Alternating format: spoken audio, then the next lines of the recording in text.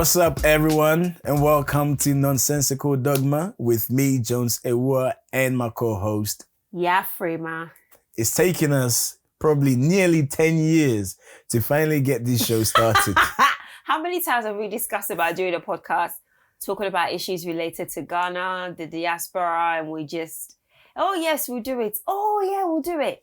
Oh yes, we'll start it next month. And we never get around to doing it. Nope. But today we have.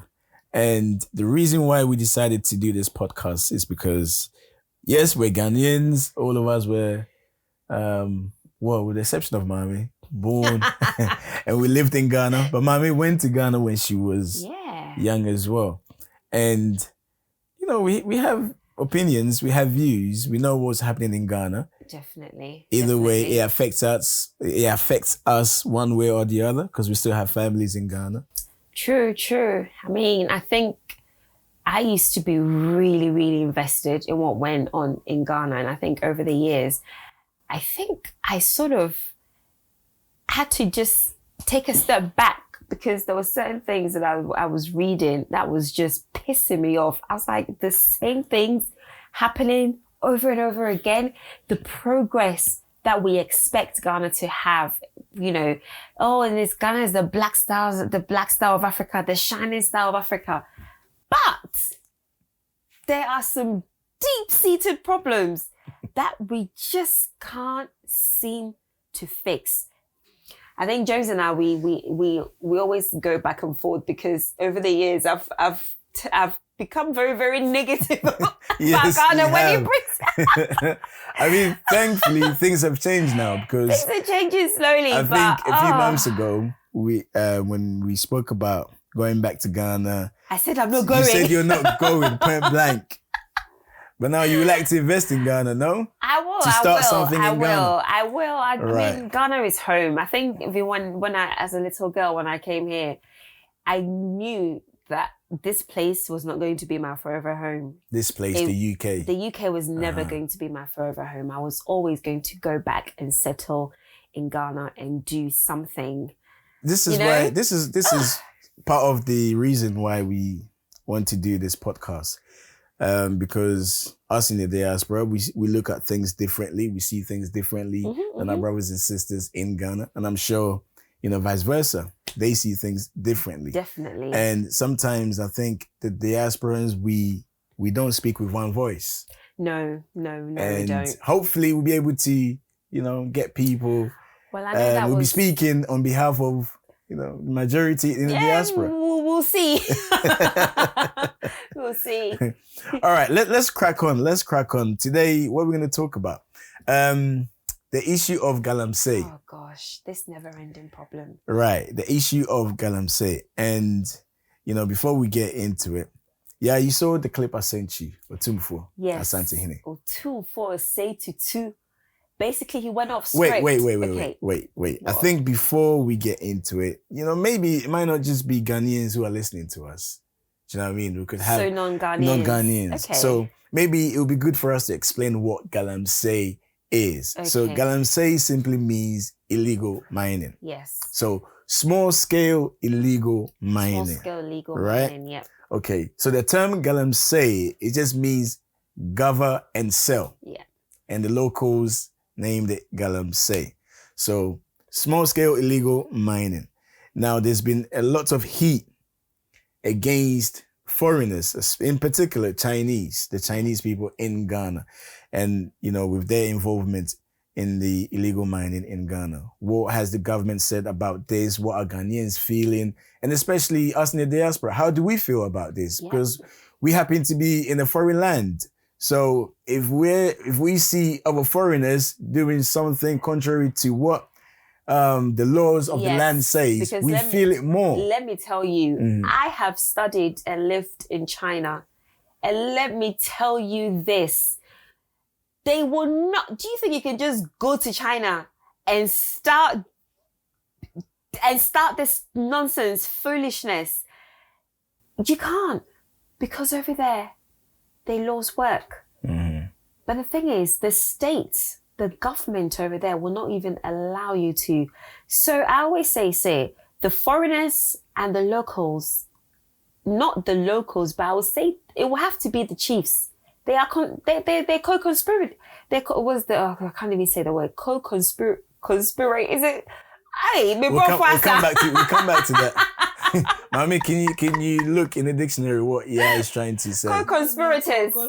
I think it's co-conspirators. They're co-conspirators because at the end of the day, no, the Chinese people did not just get up, move to Ghana and say, so you know what? We're just going to go around, just take these equipment and just dig and contaminate our rivers. That's absolutely wild. The local chiefs empower them to do so. Now, after they've greased your palm, you can't now turn around and say, hey, you have to stop. Because guess what? You've sold that particular piece of area to them so they can do with it as they please. And it's just very sad because there's I think, is it River Pram? If you look at the before and after picture, a nice flowing river that has now, it's now yellow. It's now yellow and brown. And just recently, I think this was a couple of days ago, on GH1, on their Facebook channel, doctors were talking about how women were giving birth to deformed babies. They said doctors were saying the babies are being born without eyes, without nose and ears, because the water that they're drinking is contaminated and it's affecting their pregnancies. And nothing is being done about this. This is a very, very serious issue. And yet successive government, this is not an MPP, it's both, because in Ghana is a two-party state. Let's be honest. It's a two-party state. And this is a problem that has been under MPP and NDC. So forget about we support, we're not, discriminating one. We're not giving blame to one party over the other, because both successive governments, NDC and MPP, none of them have dealt with this. Despite promises, when elections come dear, oh yes, I remember Akufo-Addo clearly when he came, I will deal with galamsey. Operation Vanguard, it was called. I will deal with galamsey. Nothing has changed. See, the thing with galamsey, and I agree with you, I don't blame the Chinese. I don't. For a moment, I was emotionally charged to blame the Chinese. Yes, because I think it became a problem because galamsey has always existed. Exactly. Galamsey has always existed, but it was small farmers, local individuals that were doing it. But now this has become a big operation where you see equipment. It's become, so it went from small scale, right? We call it galamsey. Galamsey means small scale. But if you look at the activities that is going on, it's actually large scale mining. This is where I want to come in. This is where I want to come in. It's large scale mining. The fact that, galamsey has always been there. Yeah. And, you mustn't forget the amount of money that the country loses from that. Yeah. So initially, this was during Rawlings's time. Okay, they were thinking of ways to actually formalize it. And this was when they introduced, again, a license. Yeah. Okay, so you can, let's say if you own a land, okay, you can dig, but there's a level that you can dig up to, right? Of course, we have commercial mining. All these miners, the big organizations, they can mine in Ghana. And after they finish, they're able to do whatever it is they're supposed to do. Take conservative actions to preserve the areas that they've done damage to. Which, small scale miners not capable of doing. So now here is the problem. Yeah, we all know. If you're at home and if somebody wants to visit your house, if you don't let them in, they can't come in. Of course not. Right? A visitor cannot just come to your house unless you open your door and let them in. And this is what has happened in Ghana. And the Chinese ambassador, I don't know whether you've heard that clip, said that, look, Chinese people don't know where the gold is. It is you Ghanaians that are aiding these Chinese people. Because that's what I said. They wouldn't just go up there and just dig. They won't. You know, They won't. It's Ghanaians that approached the Chinese and say, hey, this is what is here. This is what you can get from this activity. Mm-hmm. And of course, Chinese didn't come to Ghana to live a nice life and have a holiday. They came there to make money. Right. They came there to make money. So if someone has presented them with an opportunity to say, this is what you can do, all they got to do is just acquire a license. And also, I'm agreeing with you, yeah. And right now, it looks as if we're blaming the Chinese. And one thing I've noticed, because look, even close family, I'm telling you, my family, within my family, blame the Chinese. The government should do something. They should all be arrested. They should do. And then I keep saying this. Look, whenever there's an economic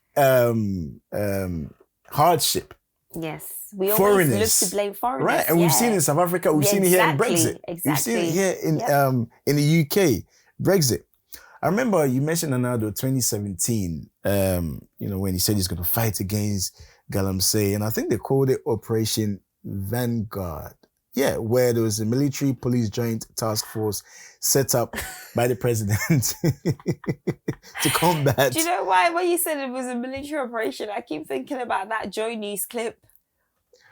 Oh, okay. That is the funniest thing I have ever seen. Go on, explain that clip to our listeners.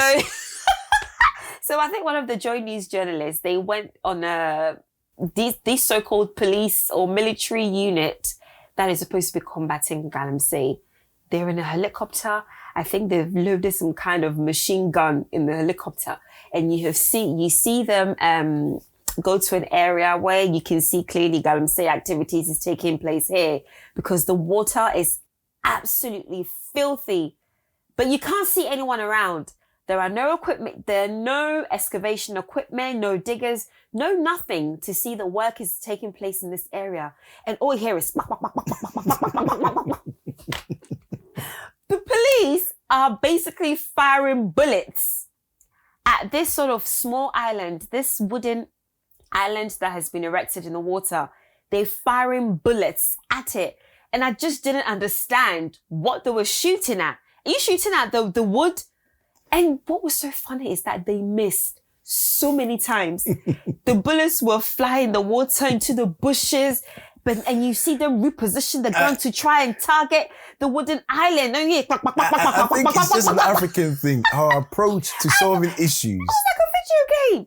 And my thing is, are you telling me if there were people there, they will actually be shooting into them? Because that is absolutely stupid and wild. And that is the police committing murder. I read somewhere that... That's not how you solve galamsey. Right, you don't kill the people doing it. I read somewhere that I think this was from the army. Either the army or the police. They were saying if, excavators are within 100 yards, they seize them.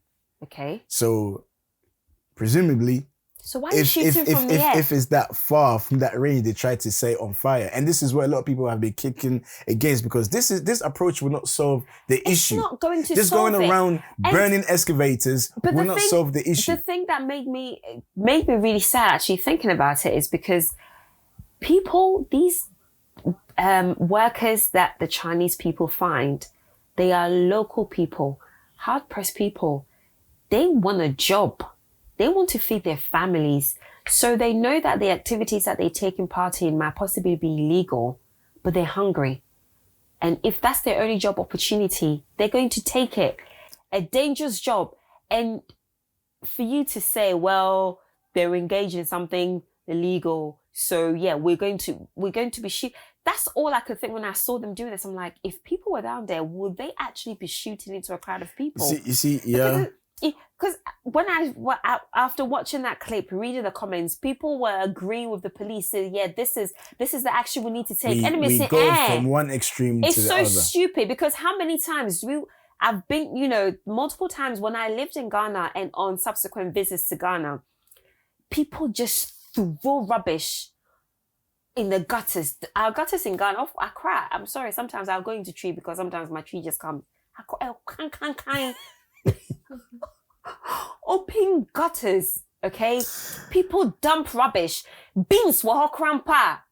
They put rubbish on the floor. Are you telling me, see, we should shoot them because that's the only way because that's if you're going to say let's do the same to people doing illegal mining, you can apply that logic to so many things that people are constantly doing in Ghana, even though it's wrong. Violence is not the answer, and it's not going to solve it.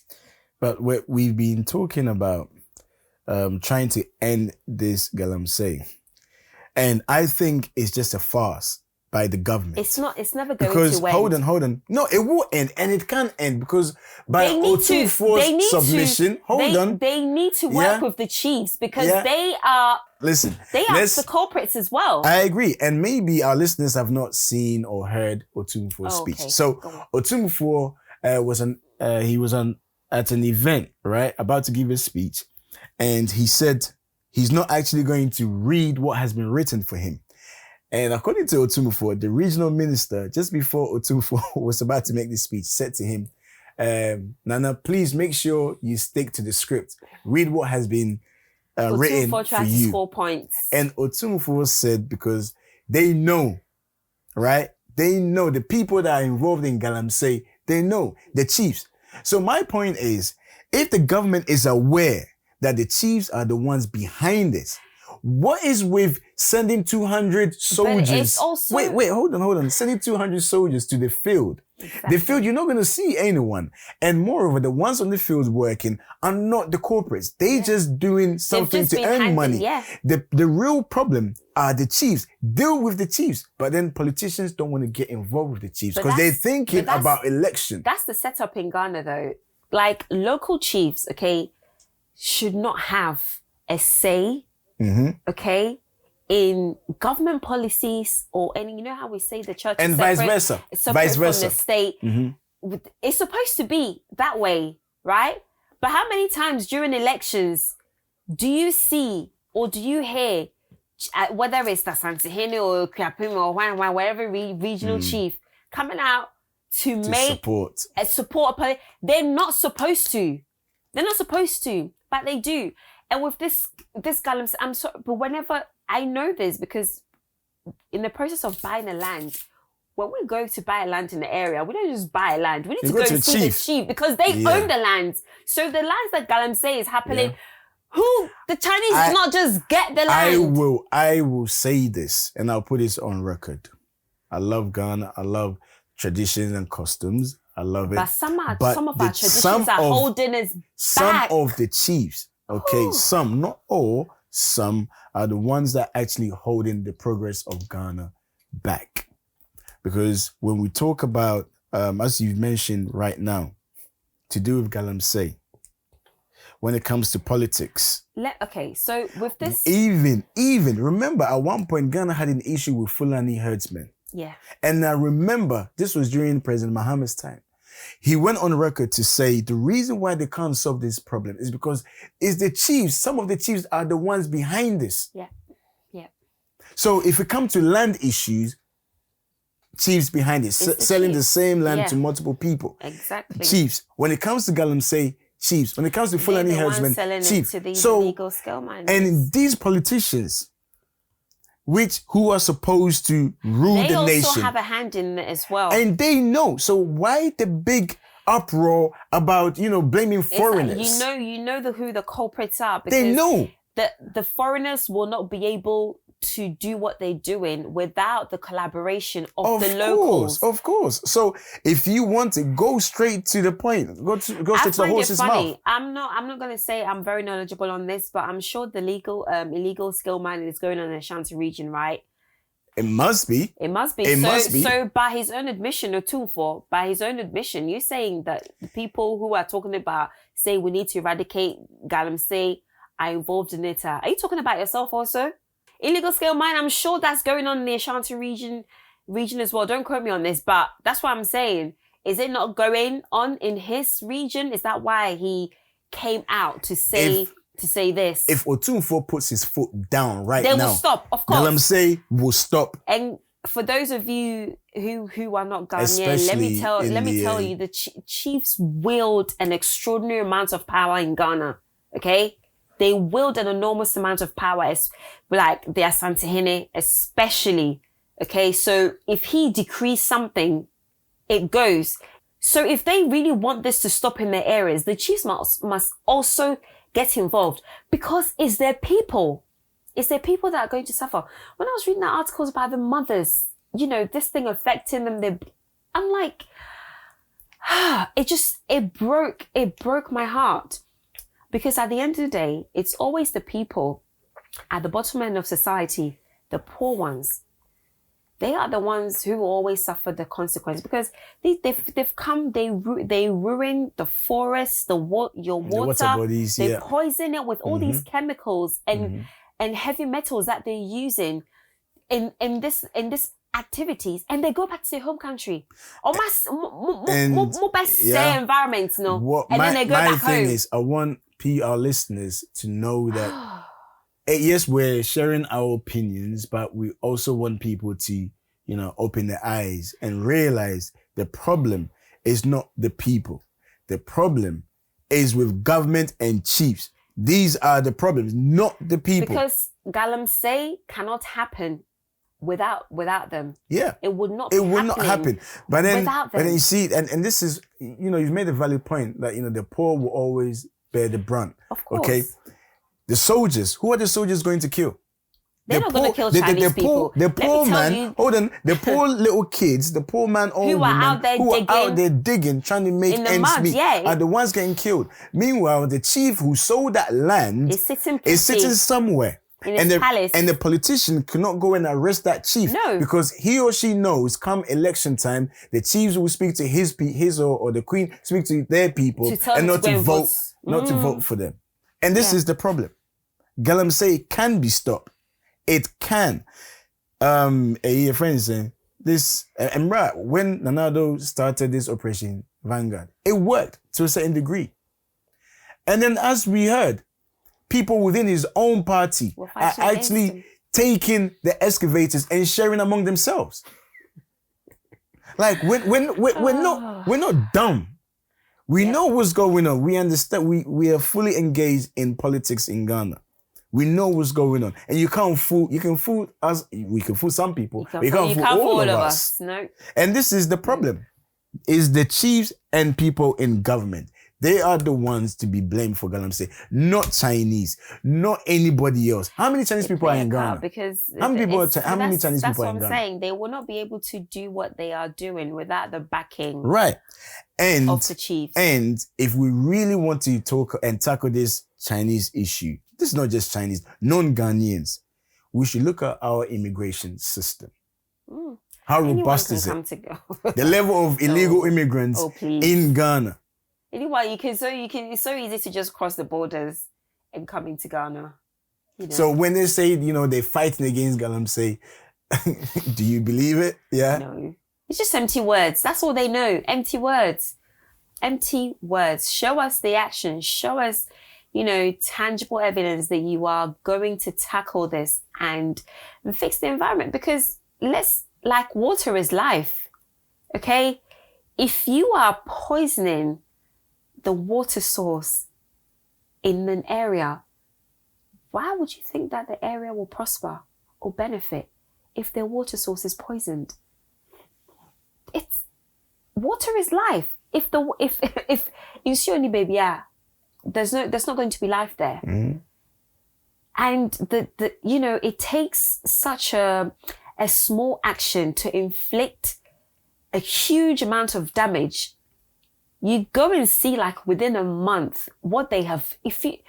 Honestly, that picture is just, whenever I see that picture of it just breaks my heart, because I'm like, where in the world, especially when we talk about the West, can we go there and start doing crap like that? We can't, you know? We can't. So I agree. We government needs to look at itself. And the chiefs, you need to start putting your people these are the same above people, your own greed. These are the same people you go to see before elections. You know them. You speak to them. When you're going there, you go there with your schnapps and whatever. Go there. It needs to be done. Otherwise, galamsey will not end. It's not the Chinese. It's not the local people. It is you, the government. It is you, the chiefs. It is you, the businessman or woman. Yep. It is The you. middlemen The involved, middlemen all those people involved. that It do is the you. introductions and link up the It chiefs is to you. prospective Rather than sending Chinese 200 people. soldiers to go and try and kill innocent people who are trying to make ends meet. Send them to the chiefs. Send them to the politicians. And say, so what you're doing is illegal. Yes. But they wouldn't do it. They wouldn't do it. And it's unfortunate. And we will keep talking about this until something is done. We will keep talking about this because it's our fellow Ghanaians back home. They are the ones, people that live in these rural areas, they are the ones who are going to suffer the consequences of this. 2021 is a year of truth. And accountability. Accountability. Truth and Rollins said accountability. it. Probity, accountability, I think is transparency. Let me just The put last out one. here. If anyone listening saying, hey, don't listen. Ko baby for fraud. Don't listen. I'm just gonna say, I know because sometimes if you criticize God, people come and insult you, and just because we live here doesn't deprive us the right to have an opinion or speak up on things. We need to say it. No, we can because we do invest in Ghana. For the past 12, 13 years, we've been going back to Ghana every single year.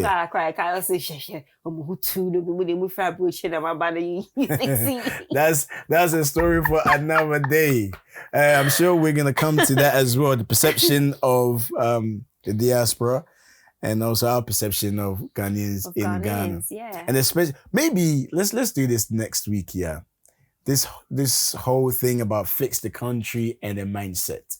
So next week, that'll be the topic. That is a huge thing. But I always say we in Ghana we tend to see a lot of these sort of, is it protests where we demand action, but nothing really seemed to take place.